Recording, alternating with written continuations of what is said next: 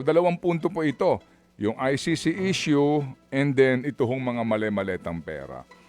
Ang atin po dito is, paano kaya ito tatangkilikin ni Chairman Lacson ng Blue Ribbon? Ang sabi niya, siya daw po mismo sa laman ng balita ay nag-aaral na. Oo, may initial Okay. investigation na sila ukol Okay. dito. Paano ho kaya ito tatangkilikin din ng ombudsman? Anong sabi ng ombudsman din? Nasa balita yan kanina, di ba? Nasa investigasyon na rin sila. Opo, di ba? Oo. They will have to find out kasi nga ito po ay mga aligasyon pa lamang. Although may mga attachment ito, picture. Pero yung picture din po, wala ding specific, di ba? May mga hilera ng maleta, mayroong eroplano, may helicopter, pero walang kailan, saan, di ba? Para kanino, etc. etc. And then, kasi nga maleta lang yan, pwede kung bumili ho ng raming maleta o kaya lumang maleta, ihilera ko, sabihin ko laman yung pera. You know what I'm saying? In fairness, no? So, paano mo kaya ito tatangkilikin? Kung ikaw, mga kapatid, yung chairman ng mga komite na dapat nag-iimbestiga nito o maging ombudsman o DOJ o to NBI. Tama? Yes. So, dapat ho ba itong imbestigahan? Ang sa akin po lang dito ako, dapat itong imbestigahan. Yung pong, kung iimbestigahan nila yung mga taong nasa likod nito, okay, imbestigahan. Ano po? At alamin. Gamat nung huling hearing, ako'y nagtataka. Bakit si Maynard at saka si Trigive, halos na hindi natanong.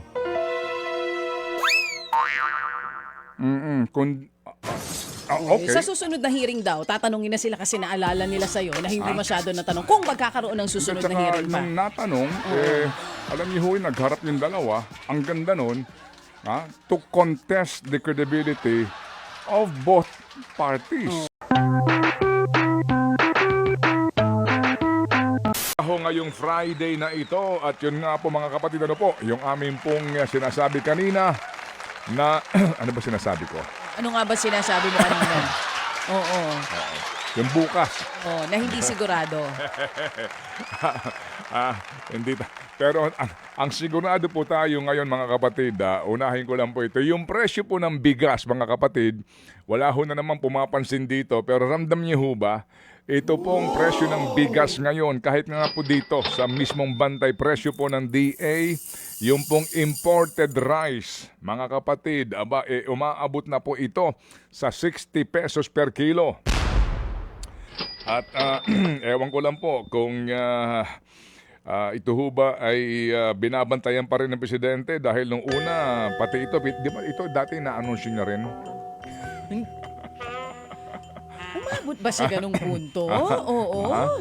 Yun nung, di ba pagbabantay po sa presyo, alam niyo mga kapatid, ito ho, sa ngayon, obserbahan po ninyo, yung local, tumaas na rin po, and then yung imported po ngayon, ang taas na.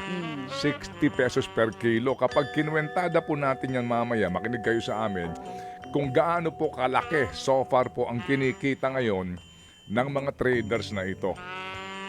At mga kapatid, ba't ho nangyayari ito? Doon pa lang po sa hearing nga in the Senate, klaro na po na totoo at totoo na meron pong kartel hanggang ngayon. Abay mula noon hanggang ngayon. Opo, mula noon hanggang ngayon. At ito po ay puro po lamang sila press release. Wala silang ginagawa dito. As a matter of fact, sila mismo po ang nagpapasimuno nito. At ito po ay tahasang kong sinasabi sa aming pong programa. Opo, ano ho aking basihan? Panoorin po ninyo, pakinggan yung atin pong nagnaan na Think About It. Ano ang title ng girl? Modus. Modus sa alokasyon sa importasyon. Okay. Uploaded na po yan mga kapatid sa YouTube channel ng News 5 Everywhere, Okay. sa 105.9 True FM at maging sa Spotify. Okay, yan po yung akin lamang po nabanggit. Kasi nga mga kapatid, meron po tayong tinanggap din na reports na meron pong mga lugar ngayon, pati ho yung mga lokal na bigas, ay nagmamahal na. May mga traders na bumibili po ng palay ngayon na 25 pesos per kilo, palay, tuyo. Okay. Kapag 25 pesos po ang kanilang bili, mga kapatid, natural, times 2 yan para po doon sa kanila pong well-milled rice na local. So, 50. Okay. Ang tanong lang, itong nakabili, kasi ngayon hindi pa anihan eh. Yung nakabili po ng 25 pesos na palay, ang tanong, ilang pong 25 pesos ang nabili mong palay? Ilang lamang ka ba na nabili mo? Sa ganun kasing katwiran, yung pong kanilang binili, ng sagad po sa barat na 12 pesos, 14 pesos na mga traders, yung po ang mas marami. So, ibig sabihin, ikinakatwiran po nila na ang mahal ng bili namin ng palay sa kapakinabangan ng mga farmers sa 25. Pero ang kanila po namang mga ginigiling ay yung pong kanilang nabili sa 12 pesos. Catch nyo po. Right? Napakasimple ng kanilang formula, di ba? Ito po ay may mga lalawigan na ganun na po ang reports ngayon. Kaya po yung pong local rice ay 50 pesos. Mahigit.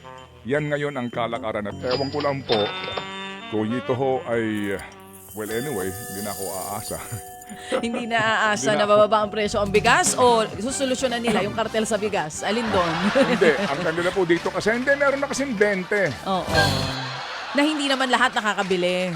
Oh, hindi ba? Ikaw ba, kailan ka nakabili ng 20 pesos lang. per kilo na bigas? Kalokohan po Oo. yun, mga kapatid. Sorry Ang layo dun sa Sige. iba. Okay, ba't ba ako napunta nga sa bigas? Good morning, good morning, good morning. Hindi nga kasi Sarapon. galing tayo sa Think About It na modus alokasyon sa importasyon. Saan ba ako napunta Na sa staple bigas? food pa rin naman ng lahat ng pamilyang Pilipino na pangako ng Pangulong Marcos Jr. Okay. noong siya ay tumakbo. Ayan. Na umabot na nga ngayon sa Ikaw, 50 alam pesos mo, per kilo ang alam mo, bigas. Aga mo, kaya pinaghinalaan kang DDS. Hoy!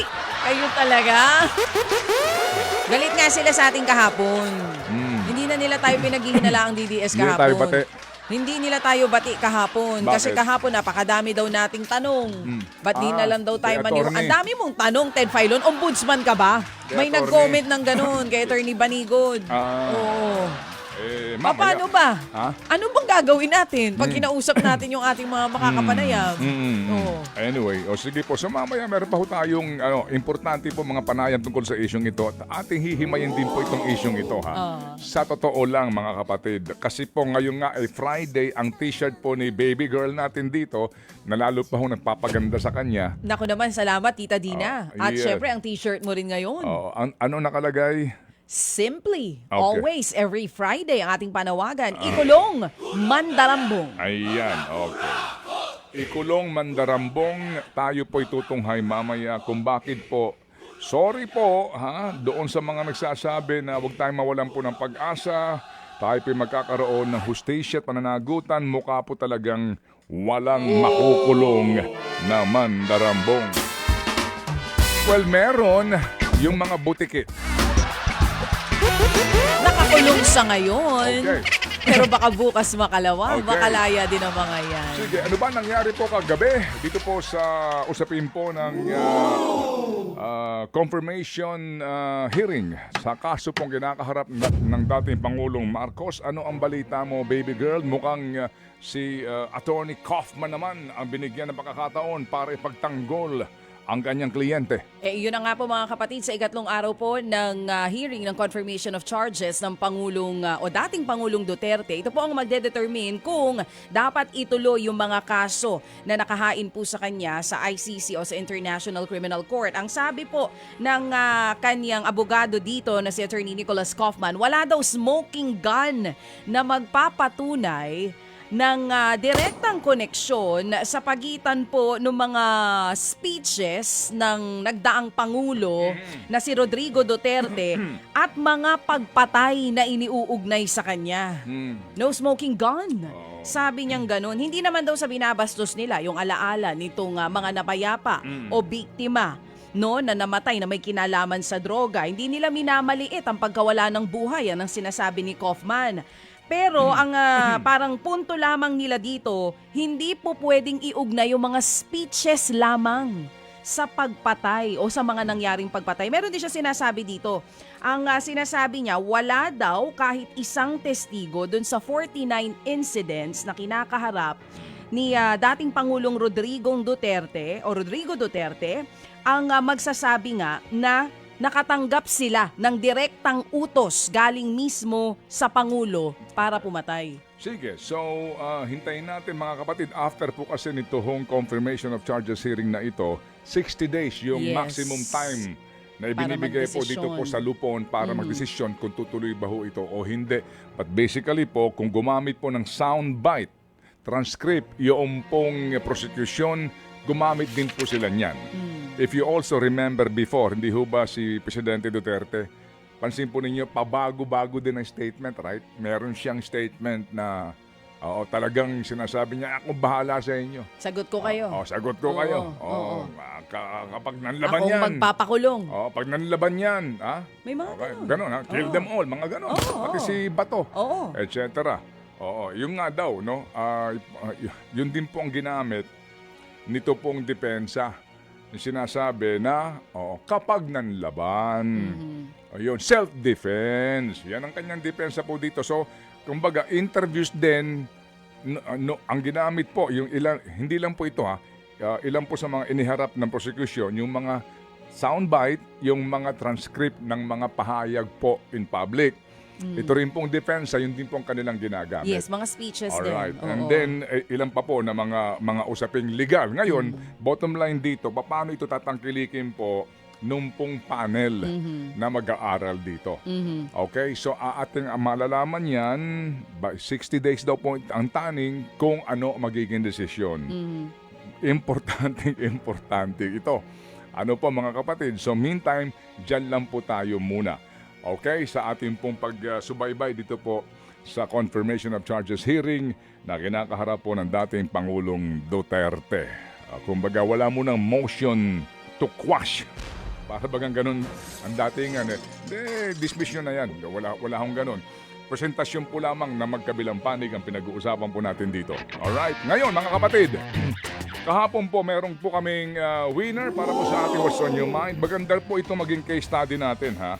Ito pong si Jocelyn Matabuena po ng Laguna, ang ating pong nakapanayam kahapon. Siya po ay nagtitinda ng sampagita at siya po din ay nagtutuhog ng sampagita at labandera on the side. Yes. Opo.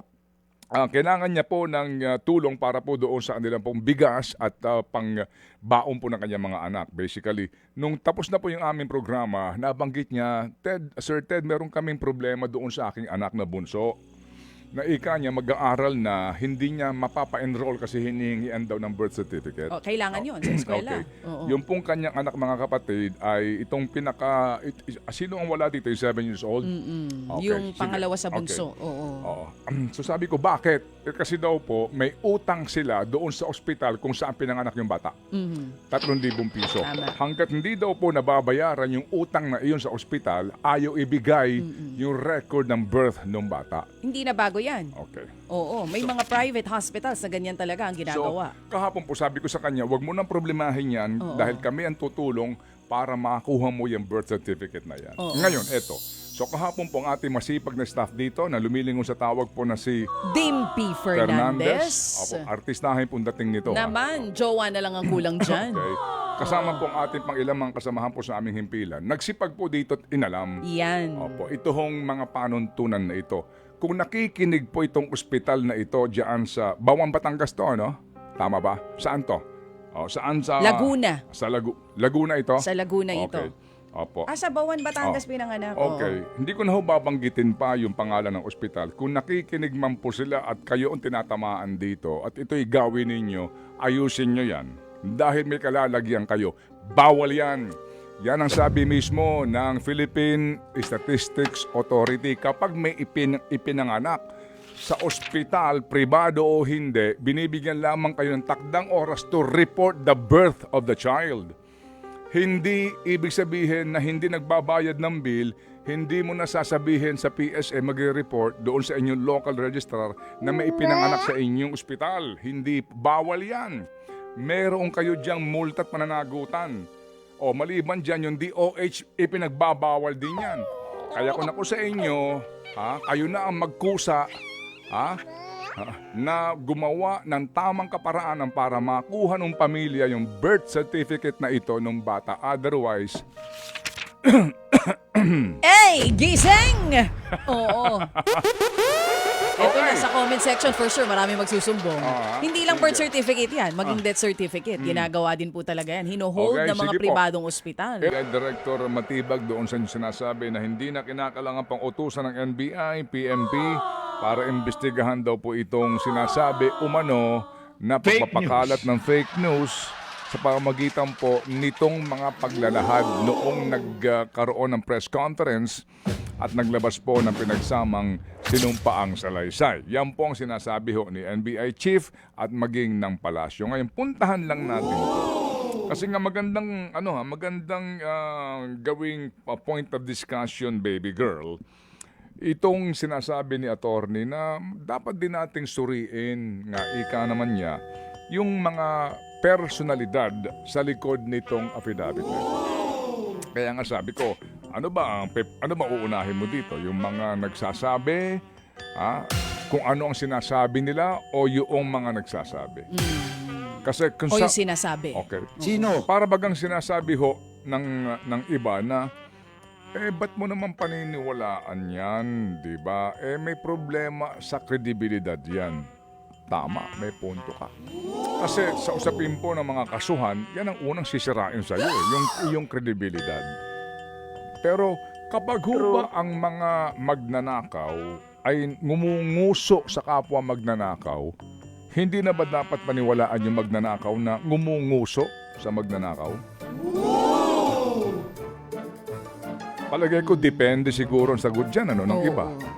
Kasi halimbawa, si Roberto Bernardo, right, ng USEC po ng DPWH, inaamin niya, kasama siya sa kumitbak, nagnakaw. Either ho, pera mismo ng DPWH at yung contractor, kasi dalawang bagay yan. Pera ng gobyerno, meaning mga kapatid, talaga pong yung ibinabayad na galing sa gobyerno, kinukupitan. Yung po namang galing sa mga pribado, yung pong suhol para makuha yung proyekto. Magkano Korean? Kasi kung ang prinsipyo natin wag mo na paniwalaan yan kasi magnanakaw din yan di wala na pong naging state witness, di ba? You know what I'm saying? Anyway, sayang. Wala na pong naging testigo ang estado. Oo. Na mga kasapakat ng sindikato. Right? So, ngayon, dito po sa affidavit na ito, muli ito ho ay ako, nakatatlong basa na ako dito Page 1 hanggang sa huling pahina. Page 31. Paulit-ulit. So, 2 punto po ito. Yung ICC issue and then ito hong mga mali-maletang pera. Ang atin po dito is, paano kaya ito tatangkilikin ni Chairman Lacson ng Blue Ribbon? Ang sabi niya, siya daw po mismo sa laman ng balita ay nag-aaral na. Oo. May initial Okay. investigation na sila ukol Okay. dito. Paano ho kaya ito tatangkilikin din ng ombudsman? Anong sabi ng ombudsman din? Nasa balita yan kanina, di ba? Nasa investigasyon na rin sila. Opo, di ba? Oo. They will have to find out kasi nga ito po ay mga alegasyon pa lamang. Although may mga attachment ito, picture. Pero yung picture din po, wala ding specific, di ba? May mga hilera ng maleta, mayroong eroplano, may helicopter, pero walang kailan, saan, di ba? Para kanino, etc. etc. And then, kasi nga, maleta lang yan, pwede kung bumili ho ng raming maleta o kaya lumang maleta, ihilera ko, sabihin ko laman yung pera. You know what I'm saying? In fairness, no? So, paano mo kaya ito tatangkilikin? Kung ikaw, mga kapatid, yung chairman ng mga komite na dapat nag-iimbestiga nito o maging ombudsman o DOJ, ito NBI. Tama? Yes. So, dapat ho ba itong imbestigahan? Ang sa akin po lang dito ako dapat itong imbestigahan yung pong kung iimbestigahan nila yung mga taong nasa likod nito, okay, imbestigahan, at alamin. Pero regardless po kung motive nito kung ano man yung content nito, yung laman nito, mismo yung pong kumbaga aligasyon dito po sa ipinapahayag ng mga taong ito. Bakit ika ninyo? Kasi nga ako din po ay nag-iisip at nagiging puzzle para sa akin na doon sa mga, yung sa testimonya ng Gutesa, Di ba? Okay. Yung pong sinasabi nitong si Zaldico sa kanyang ilang parts po na video, kung babalikan mo yung transcript nito, may mga binabanggit siyang mga pangalan dito eh. Hindi ba? May mga binabanggit siyang mga pangalan dito, maliban sa presidente, maliban kay Martin Romualdez. Meron pa siya mga binabanggit dito ng mga pangalan. Pati mismo yung kanyang staff na sinasabi na nandito rin po sa affidavit na to. Naging kasama sa aming trabaho ang mag-escort sa kanyang mga trusted executive assistants sa pagdi-deliver ng mga pera na sina John Paul Estrada, Mark Tiksay, Joshua Cano, John Kirby para Rilliag, etc. Pero yung dalawa po dito, itong starring. So, ang atin po lamang dito, bakit sa mga nagdaang pagdinig, parang hindi pinansin yung mga pangalan na iyon. Ni hindi man lang po, kasi we will base our investigation sa ebidensya. Pero hindi ho ba nagsisimula din ang lahat ng iyan sa pagpapatawag sa mga tao? Hindi po ba? So bakit man lang hindi po, pati nga itong nabanggit din dito, yung Amena Pangandaman. Binabanggit din po ito mga kapatid, mismo po yung Zaldico. Hindi ko siya nakitang pinatawag din, di po ba? Mismo sa investigasyon. Ni hindi po pinatawag yung Jojo Cadiz ng DOJ na hindi naman daw pong totoo na nag-resign. Yung Adrian Bersamin, hindi rin po pinatawag. So tayo po lamang nagtatanong na para bagang okay, sinabi ito ni Zaldico, wala siya rito, huwag natin pansinin. Sinasabi ito ng mga 18 sundalo daw na may questionable sa kanilang pagkakaalis sa serbisyo, huwag natin imbestigahan to. Diba? Kasi nga, ang binabanggit din dito, Zaldico. Right? So, ang punto dito is, siguro, mas lalo magbibigay ng duda sa marami na parang may something. Di po ba? Na kapag po ang tinutukoy na ay itong mga taong ito sa affidavit at maging doon sa salaysay ng Zaldico, hindi na itinutuloy. Kaya nga, babalik at babalik po tayo doon sa kaisipan na totoo bang gusto nilang pauwiin si Zaldi o hindi.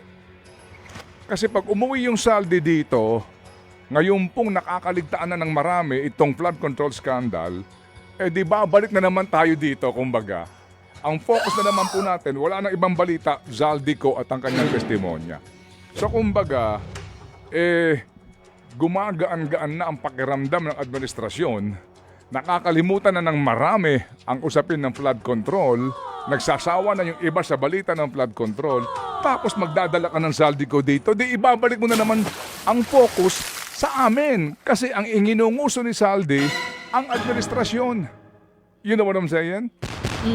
So hindi mo na kinakailangan maging isang genius para sabihin na, na kung ikaw ang magpapayo sa presidente, bossing, hindi naman tayo tanga, di ba? Ikaw na nga ang bumira sa administrasyon mo, tapos nahirapan tayong lumusot, tapos ibabalik na naman natin dito ang usapin.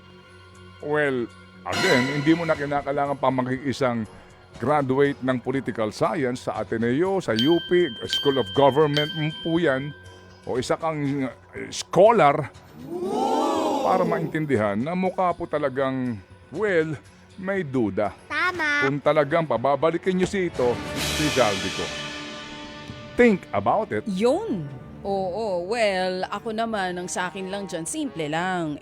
Kung hindi pa nasisimulan yung investigasyon tungkol dito sa affidavit talaga, nitong sinasabing mga witness na nakakakita talaga ng pagde-deliver ng mga mali-maletang pera, kung ikaw ay halimbawa senador na kasama sa magiging investigasyon nito, o kaya ay head ombudsman, o kaya ay NBI na kasama rin sa mag-iimbestiga, parang sa akin it's too early din to say na magbigay ng mga komento, halimbawa, na parang hindi yata totoo, parang katakataka Parang hindi ka yata. panipaniwala. For me, dapat di mo na, una, sa akin lang yun dapat di mo na magbigay ng mga ganong klaseng statements. It's too early, lalo kung alam mong iimbestigahan.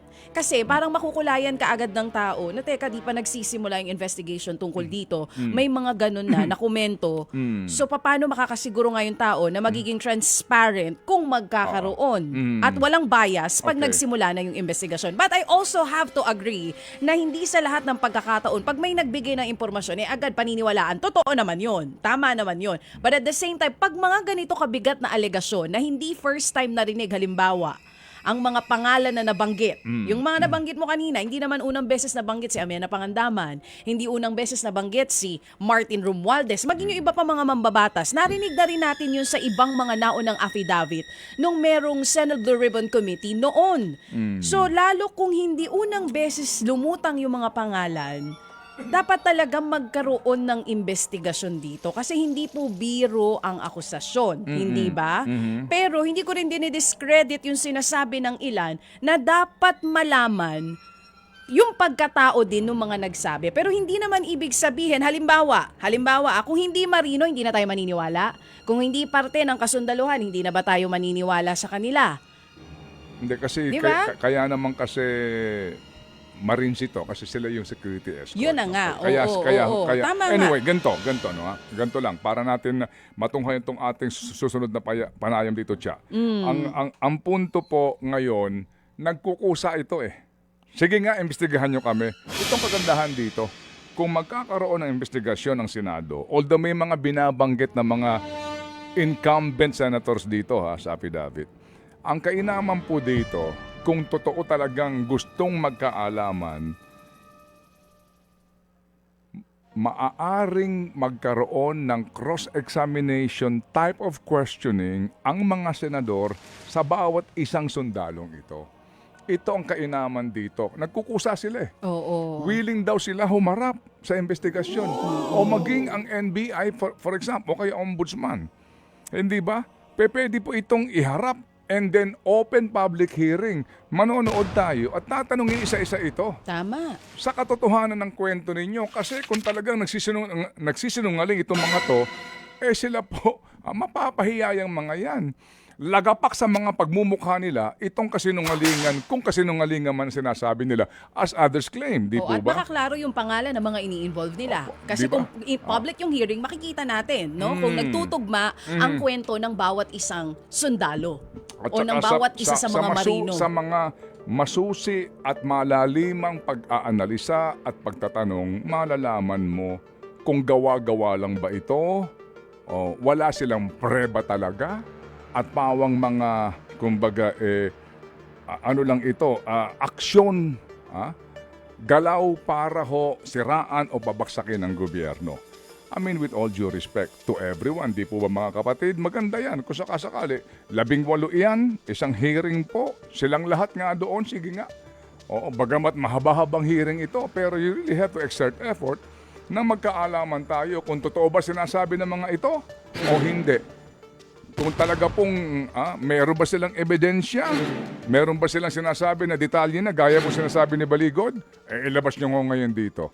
Otherwise, sarhan natin ito. Hindi ho ba? Kung haharap sila sa open public hearing. Yan ang kainaman po dito. Kung mamarapatin po lang naman nila. After all, sino ba naman tayo? Hindi po ba? Para ho magsabi ng mga ganito, para pansinin kanila. Hindi po ba? Bagamat nung huling hearing, ako'y nagtataka. Bakit si Maynard at saka si Trigive halos na hindi natanong.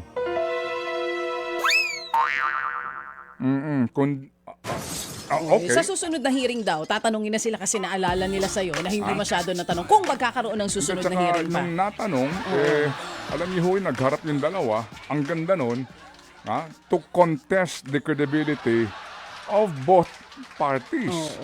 Sa pamamagitan po ng pag-uusisa ng detalye. Kasi dito mo malalaman yan ang nagsisinungaling mga kapatid, ulit-ulitin mo man ang nagsasabi po ng totoo, ulit-ulitin mo man, bali-baliktarin mo man, kung yun talaga ang pangyayari, maaari magkaroon lang po ng kaunting pagkakaiba, pero malalaman mo kung siya gumagawa lamang ng kwento.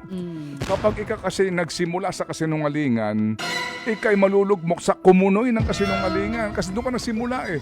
So one lie, puro na ho kasinungalingan yun. Hanggat sa malugmok ka, eventually, hindi mo na matatandaan yung una mong kasinungalingan. Hindi po ba? Oo. Well, ano pa lang ba ngayon? Feb 2026. Okay.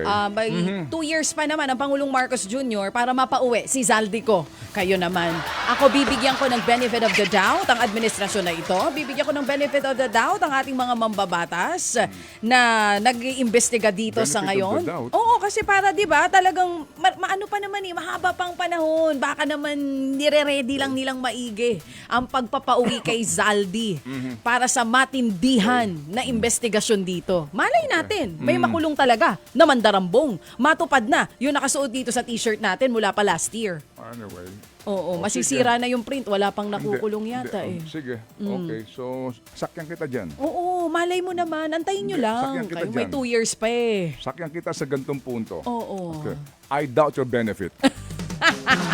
Mga kapatid, balitang trending. Andiyan na? Alright. Yung impeachment na yan, Monday daw po ang simula ng Committee on Justice hearing. Pero ngayon pa lang, meron na hong namumuong legal na issue na dapat nilang ma-resolve by Monday. And mga kapatid, dito ho magkakaalaman din tayo kung eventually po ito ba ay lulusot, papanik ng Senado o hindi. Depende yan sa mga mangyayari pong mga alam nyo ng mga bagay-bagay. Kasi 4 ang impeachment complaints, right? 4. Okay. True. Yung 4 na yan, iba-iba ang petsa ng paghahain yan. True. Okay? Correct. Tanong, kailan ba talaga nagsisimula yung pong 1-year ban? So kasi pag nagkamali na naman dito yung Committee on Justice, doon sa complaint na inihain ng gantong petsa, technical na naman kayo dyan. Kaya definitely po, yung 4 na iyan, magkakaalaman sila kung ano ho ba doon yung pong didinggin.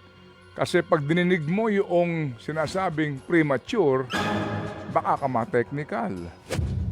Right? Okay. Ano ba yung sustansya ng ibang complaint? Yun din po yun. But bottom line dito, at the end of the day, mga kapatid, dadaan yan sa hearing. At dapat po, imbitahan si VP Sara. Dapat nga sana humarap si VP Sara. Sana mapanood natin, di ba? Yung kanyang panig dito. And then, pagkatapos niyan, muli, bottom line, 105 votes ang kailangan para yan makalusot. Ikaw ba? Ano ba ang tingin mo dito? Ako mismo, noon pa po sana na tuloy ang impeachment na yan. Hindi lang po nangyari, forthwith. Okay? Kasi nga yung meaning Diba? ng forthwith na bago. Okay. Oo. Oo. Ito Napagtalunan yung meaning ng forthwith eh. Sila nalilito. Ano ka ba talaga? Nahihilo na sila sa'yo. Nahihilo Kasi sila. bigla mong binanggit na yan. Na sinasabi mo, dapat hindi natin kalimutan ang confidential funds na iniuugnay kay VP Sara. Oo.